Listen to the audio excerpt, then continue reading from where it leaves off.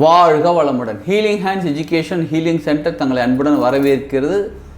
கார்த்திகை மாதம் வரக்கூடிய சோமவாரத்தில் நம்ம என்னெல்லாம் செய்யணும், என்னெல்லாம் செஞ்சால் நமக்கு என்னென்ன நன்மைகள் கிடைக்குன்றதான் நம்ம இது தெரிஞ்சுக்க போகிறோம். முழுமையாக பாருங்கள். சோமவாரம் அப்படின்னால திங்கக்கிழமை தாங்க. திங்கள்னால சந்திரன் உகந்தது. சந்திரன் பிறை சூடி இருப்பவர் யார்? சிவபெருமான். அப்போ சந்திரனுக்கு உகந்த நாள் அன்றைக்கி பிறை சிவபெருமான் இருக்க பாருங்கள். சிவபெருமானை வழிபடுவது சிறப்பானது. நார்மலாகவே திங்கக்கிழமையில் சிவபெருமானுக்கு தாங்க சிறப்பு. அதுவும் கார்த்திகை மாதம் வரக்கூடிய திங்கக்கிழமை ரொம்ப சிறப்பானது. சரி, இன்றைக்கி அதாவது திங்கக்கிழமை அன்றைக்கி என்னெல்லாம் பண்ணலாம்? சிவன் கோயிலுக்கு போயிட்டு வாங்க. காலையில் போகலாமா, சாயங்காலம் போகலாமா, எப்போ வேணாலும் போயிட்டு வாங்க. மந்திரம் சொல்லுங்கள், சிவபெருமானோட மந்திரம் சொல்லுங்கள். ஓம் சிவ சிவ. நல்லா கவனிச்சுக்கோங்க. எந்த ஒரு மந்திரம் சொன்னாலும் முடிஞ்ச அளவு இந்த மாதிரி மந்திரங்கள் எதுவாக இருந்தாலும் ஒரு மூச்சு காத்துக்கு ஒரு மந்திரம் சொல்லுங்கள். ஓம் நம சிவய. பொறுமையாக நிதானமாக சொல்லுங்கள். ஓம் சிவ சிவ. பொறுமையாக சொல்லுங்கள். இதை ஏன் பொறுமையாக நிதானமாக நிறுத்தி சொல்கிறோம் அப்படின்னா, அப்போ தான் உங்களுக்குள்ள தன்மைகள் மாற ஆரம்பிக்கும்.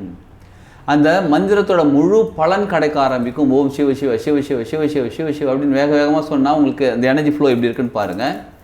நீங்கள் பொறுமையாக நிதானமாக ஓம் சிவ சிவ ஓம் நம சிவய இந்த மாதிரி பொறுமையாக சொல்லும் போது உங்களுக்குள்ளே எப்படிப்பட்ட தன்மைகள் மாறுதுன்னு நீங்களே உணர்ந்து பாருங்கள். உணர்ந்து பார்த்து நீங்கள் அந்த மந்திரங்கள் சொல்லுங்கள்.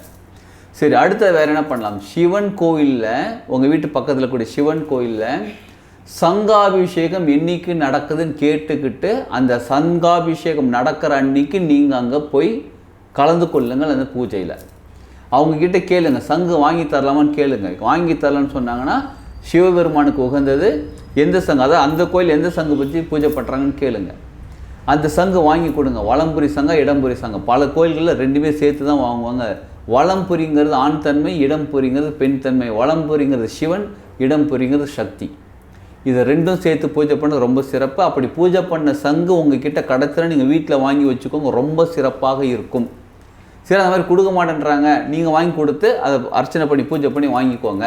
சங்கு கடலில் கிடைக்கக்கூடியது, தண்ணியில் இருக்கக்கூடியதுங்களா, மகாலட்சுமியோட அம்சம் கொண்டது. சங்குனாலே தண்ணி, நீர். சந்திரன் மறுபடியும் அங்கே கனெக்ட் ஆகிட்டாரா, மகாலட்சுமியோட அம்சம் கொண்டது. மகாலட்சுமியில் நமக்கு பொருளாதாரம் சேரக்கூடியது. பொருளாதாரம் மட்டும் இல்லைங்க, நிறைய நன்மைகள் நம்ம வாழ்க்கைக்கு எதெல்லாம் தேவை அவ்வளோத்தையும் கொடுக்கக்கூடியதான் சங்கு. அப்போ சங்கு வீட்டில் வச்சுருக்கலாமா? தாராளமாக வச்சுருக்கலாம். வீட்டில் சாதாரணமாக நீங்கள் பூஜை பண்ணுறது சங்கு வச்சுருக்கீங்க அப்படின்னா வலம்புரி இடம்புரி ரெண்டு சங்கும் வச்சுருக்கணும். பக்கத்தில் தான் வச்சுருக்கணும். சரிங்களா? இப்போ கோயிலில் நீங்கள் அபிஷேகம் பண்ணி சங்கு கொடுக்குறாங்களா, அதையும் வாங்கிட்டு வந்து நீங்கள் வாங்கிட்டு போய் சங்கு வச்சு பூஜை பண்ணி கொடுக்க சொல்லுங்கள். அதையும் வாங்கிட்டு வந்து வீட்டில் வச்சுக்கோங்க. ரொம்ப சிறப்பாக இருக்கும். சரி, சங்கு நான் வாங்கி கொடுக்குறேங்க, பரவாயில்ல. சப்போஸ் சங்கு என்னால் வாங்கி கொடுக்க முடியலைங்க, வேறு என்னெல்லாம் பண்ணால் சரி என்னோடய வாழ்க்கை சிறப்பாக மாறும் அப்படின்னா, கோயிலில் அபிஷேகம் பண்ணுறதுக்கு என்னெல்லாம் வேணுமோ உங்களால் என்னெல்லாம் முடியுமோ வாங்கி கொடுத்துருங்க. அர்ச்சனை பண்ணுறதுக்கு நீங்கள் அர்ச்சனை, அதாவது அபிஷேகம் பண்ணுறதுக்கு தனியாக வாங்கி கொடுத்துட்டீங்க. அர்ச்சனைக்கு வில்வ இலையும் மறிக்கொழுந்தும் இருக்குது பாருங்கள், வாங்கி கொடுத்து அர்ச்சனை பண்ணி அந்த வில்வ இலையும் அந்த மறிக்கொழுந்து நீங்கள் வாங்கி வீட்டில் வச்சுக்கோங்க. வில்வ இலை இருக்குது பாருங்கள், சிவனுக்கு அர்ச்சனை பண்ண வில்வ இலை. அந்த வில்வ இலையை பதியம் போட்டு, அதாவது பக்குவமாக படம் பண்ணி பத்திரமா உங்கள் கூடவே நீங்கள் எங்கெல்லாம் போகிறீங்களோ உங்கள் வேலெட்டில் கூட வச்சுக்கோங்க, உங்கள் பர்ஸில் வச்சுக்கோங்க. படிக்கிற பசங்கள் தான் புக்கில் வச்சுக்கோங்க, எங்கேனாலும் வச்சுக்கோங்க. உங்கள் கூடவே இருக்கிற மாதிரி வச்சுக்கோங்க. உங்கள் பூஜை ரூமில் வைங்க. ரொம்ப சிறப்பாக இருக்கும். அந்த வில்வ இலையிலேருந்து பல தன்மைகள் இருக்குங்க, நிறைய நன்மைகள். அதுவும் அர்ச்சனை பண்ண வில்வ இலை ரொம்ப சிறப்பானது. நிறைய விஷயங்கள் உங்களுக்கு கொடுத்துக்கிட்டே இருப்பாங்க. மறிக்கொழுந்து, அந்த மறிக்கொழுந்து வாங்கிட்டு வந்து என்ன பண்ணுறது, கொஞ்சம் காய வச்சுட்டு நீங்கள் பத்திரமா கூட வச்சுக்கலாம். சப்போஸ் இல்லை வேறு என்னெல்லாம் பண்ணலாம்னா, நீங்கள் குளிக்கிற தண்ணியில் ஒரு கைப்பிடி உங்களுக்கு கை கிடச்சிருக்குன்னு வச்சுக்கோங்களேன். ஒரு பூவை எடுத்துக்கோங்க. ஒரு நாளைக்கு ஒரு பூ. குளிக்கிற தண்ணி இருக்குது பாருங்கள், அந்த தண்ணியில் அந்த ஒரு பூவை போட்டுருங்க. போட்டுட்டு ஒரு 10-15 நிமிஷம் விட்டுருங்க. அந்த பூவில் இருக்கக்கூடிய அந்த சக்தி மூடும் தண்ணியில் பரவாயில்ல, அந்த தண்ணியில் எடுத்து குளிங்க. உங்களுக்கு ரொம்ப சூப்பராக நடக்கும். அதாவது உங்களுடைய ஆரா கிளென்ஸ் ஆகும். உங்கள் உடம்புல இருக்கக்கூடிய கெட்ட சக்திகள், தேவையில்லாத சக்திகள், உங்கள் எண்ணங்கள், நீங்கள் பேசிகிட்டு இருக்கீங்களா, நிறைய வார்த்தைகள் பேசியிருப்பீங்க, அதில் உங்களை பற்றி நிறைய வார்த்தைகள் பேசியிருப்பாங்க, டிவி பார்த்து வரக்கூடிய இந்த மாதிரி கெட்ட சக்திகள், தேவையில்லாத சக்திகள் அனைத்தும் நம்ம கண் திருஷ்டி பட்டிருக்கு. எல்லாமே நம்ம ஆறா கிளியராக ஆரம்பிக்கும். ஒரு நாளைக்கு ஒரு பூ போட்டாலே போதும். போட்டு குளிங்க. சுடுதண்ணில் குளிக்கலாமா, பச்சையில் குளிக்கலாமா, எதில் வேணாலும் குளிங்க. ஆனால் அந்த பூ போட்டு ஒரு 10 நிமிஷம் கழிச்சு அதுக்கப்புறம் தண்ணியில் குளிங்க. ரொம்ப சிறப்பாக மாறும் உங்கள் வாழ்க்கை. உங்கள் ஆரோக்கியம் நல்லபடியாக மாறும்.